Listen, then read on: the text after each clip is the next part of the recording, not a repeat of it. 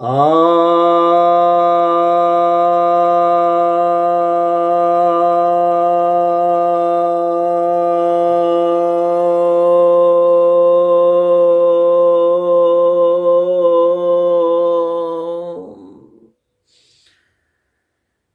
भक्तजनों को सप्रेम नमन।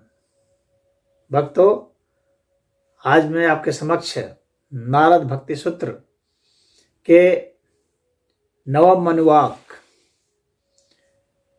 में वर्णित 68वां सूत्र पर व्याख्यान देने जा रहा हूं। यह 68वां सूत्र कहता है, कंठ अवरोध रोमांच अश्रुभिः परस्परम लपमानः पावयन्ति कुलानि पृथ्वीञ्च।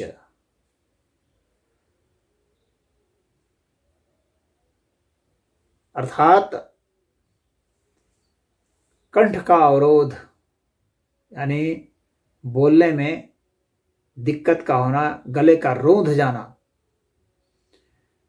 और रोमांच हो जाना,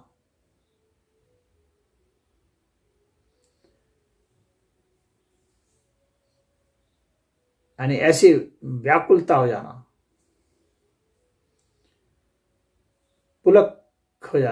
पुलकित हो जाना और आंसुओं से भरभरा जाना, परस्पर एक दूसरे से बातचीत करके लिप्त रहना। इस तरह से भक्तों का जो व्यवहार होता है वह पवित्र करता है उन्हें परस्पर पवित्र तो करता ही है, साथ में उनको पवित्र करता है जो अन्य साधक हैं, और उनको पवित्र करता है जो उनके कुल के हैं, उनके वंश के हैं, जहां से निकल के आए हैं, वे भी पवित्र हो जाते हैं। और उनको ही पवित्र करता है जहां वे रहते हैं, उस जन्मभूमि को, इस पृथ्वी को पवित्र करता है। तो यहां पर नारद जी कहते हैं कि ऐसे भक्त जो हैं, जिनमें भक्ति भाव की जागृति होती है, तो भगवान की कथा, उनका स्मरण करना, उनका जाप करना, उनका कीर्तन करना, उनका भजन करना, अध्यात्म के विषय में चर्चा करना, उनकी लीलाओं का वर्णन करना, साधना करना, इन तमाम चीजों से क्या होता है कि वे बोलते बोलते उनका गला रूंध जाता है। यह प्रेम का जब आवेश होता है तो हम लोग पूरे शब्द को नहीं बोल पाते हैं, क्योंकि प्रेम जब महत्वपूर्ण हो जाता है, जब आवेश उसका भारी हो जाता है, तो वाणी का आवेश और विचारों का आवेश कम हो जाता है, अवरुद्ध हो जाता है। भावनाएं जब बहुत बढ़ जाती हैं तो विचार लड़खड़ा जाते हैं, रुक जाते हैं विचार। इसके कारण जो है कंठ अवरुद्ध हो जाता है, बोल नहीं पाता है आदमी पूरा, या बोलता भी है तो आधा आधा रुक रुक करके बोलता है, और रोमांचित हो जाता है, उसके रोमे भरभरा जाते हैं सुन करके, पुलकित हो जाते हैं, स्फुरण हो जाता है उसके भीतर में, और थिरकन पैदा हो जाती है शरीर में, कपकपी पैदा हो जाती है, गुदगुदी पैदा हो जाती है, और एक स्पंज की तरह उसमें वाइब्रेशन सेट हो जाता है, मांसपेशियों का वाइब्रेशन सेट हो जाता है, मांसपेशियां वाइब्रेट करने लगती है एक रिदम में, जैसे कि वे डांस कर रही हो। हमारा शरीर जो डांस करता है, नृत्य करता है, तो हम एक मन से अपने शरीर को नचाते हैं। यह होता है कि जब हम अपने मन को एक पर्टिकुलर पैटर्न पर हम सेट करके अपने शरीर को उस हिसाब से हिलाते हैं, उसको नृत्य कहा जाता है। लेकिन जब भीतर से भाव जब ऐसा रिदम पैदा करता है कि मांसपेशियां हिलने लगती हैं अंदर से, वे डांस करने लगती हैं उस पैटर्न पर, उस रिदम पर, और उस रिदम का साथ देने के लिए फिर अंग भी हिलने लगते हैं, वह होता है आध्यात्मिक नृत्य। जैसे राधा करती थी, जिसे मीरा करती थी, जिसे चैतन्य महाप्रभु करते थे। तो यहां पर उसी तरह की बात की गई है कि वह जो आंसू से झरझरा करके आंसू बह रहे हैं, भाव अतिरेक हो गया है।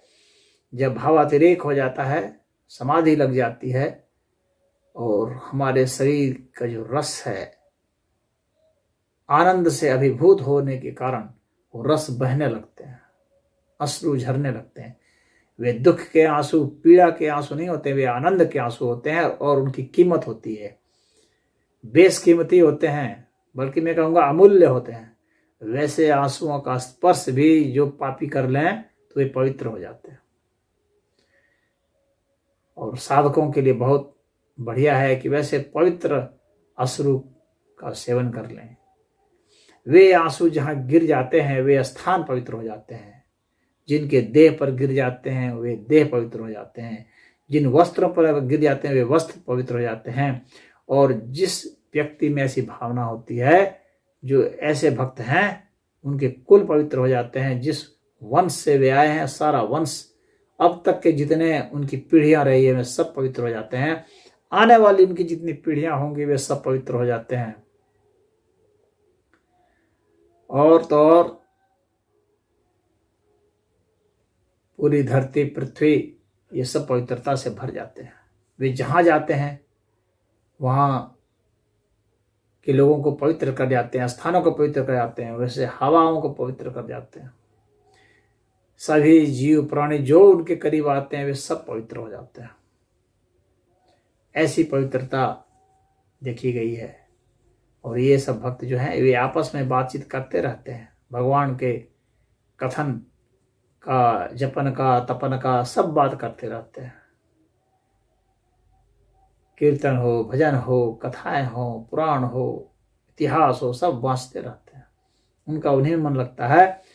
और आपस में नहीं करते हैं बल्कि अन्य को भी बताते हैं, अन्य को भी पवित्र करने की कोशिश करते हैं। हालांकि उनमें यह भाव नहीं होता कि इनको मैं ऐसा करूंगा, लेकिन पवित्र वे होते चले जाते हैं। अन्य भी जो आते हैं उनके, और सबको वे कथा सुनाते हैं, भगवान के रस में सबको डुबोते हैं। वे चाहते हैं कि मनुष्य जो दुखों से पीड़ित है, सामान्य मनुष्य संसाधनों को जुटाने में लगा है, वह सोचता है कि मैं सामानों को जुटा के आनंदित हो जाऊंगा। लेकिन भक्त जानता है कि सामान से तुम आनंदित नहीं होगे। सामान से सुविधा तो पा सकते हो, सामान से सहूलियत तो पा सकते हो, आनंदित नहीं हो सकते, आनंद नहीं पा सकते, बल्कि और दुखी हो सकते हो।